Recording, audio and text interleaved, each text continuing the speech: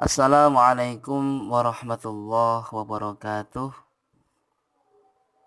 Innal hamdalillah nahmaduhu wa nasta'inuhu wa nastaghfiruh wa na'udzu billahi min syururi anfusina wa min sayyiati a'malina.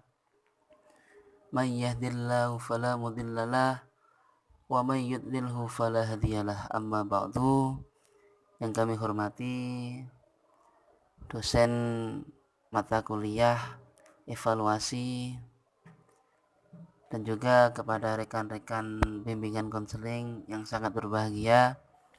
Alhamdulillahirabbil alamin, pada kesempatan kali ini kelompok kami, yaitu saya Muhammad Rizky Alfaris, kemudian teman saya Imam Setiawan, dan juga rekanita saya yaitu Siti Nurul Aini Hidayah, akan membahas mengenai evaluasi dan juga supervisi dalam bimbingan konseling.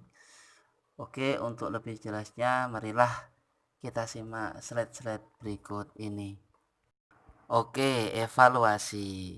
Ya, pengertian evaluasi adalah memberikan pertimbangan atau nilai berdasarkan kriteria tertentu.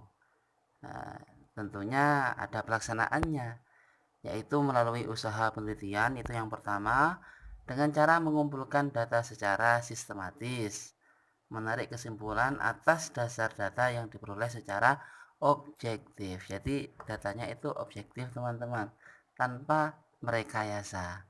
Kemudian yang terakhir, mengadakan penafsiran dan merencanakan langkah-langkah perbaikan, pengembangan dan pengarahan staf. Jadi dari awal hingga akhir ada suatu permasalahan hingga ada titik temu sehingga menjadikan suatu penyelesaian masalah.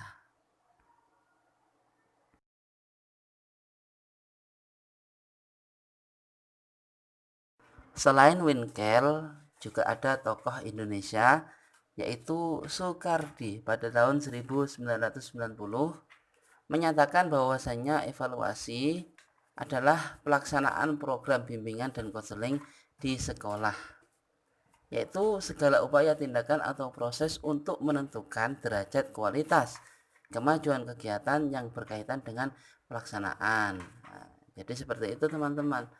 Jadi menafsirkan suatu kinerja di lembaga atau di masyarakat, nah, ini dinilai bagaimana prosesnya.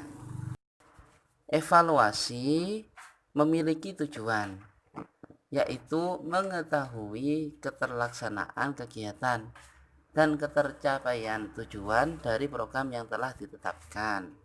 Dalam keseluruhan kegiatan, penilaian diperlukan untuk memperoleh umpan balik terhadap keefektifan kegiatan yang telah dilaksanakan.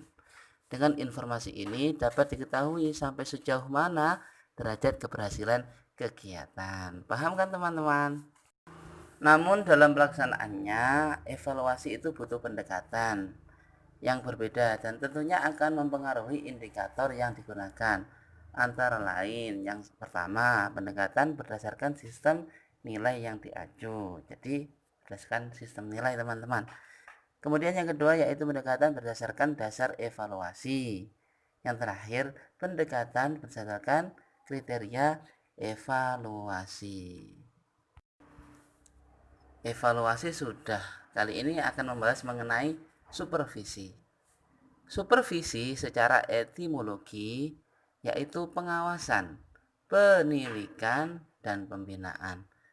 Sedangkan secara terminologi atau secara istilah, supervisi adalah bantuan berbentuk pembinaan yang diberikan kepada seluruh staf sekolah untuk mengembangkan situasi belajar mengajar yang lebih baik. Itu namanya supervisi teman-teman.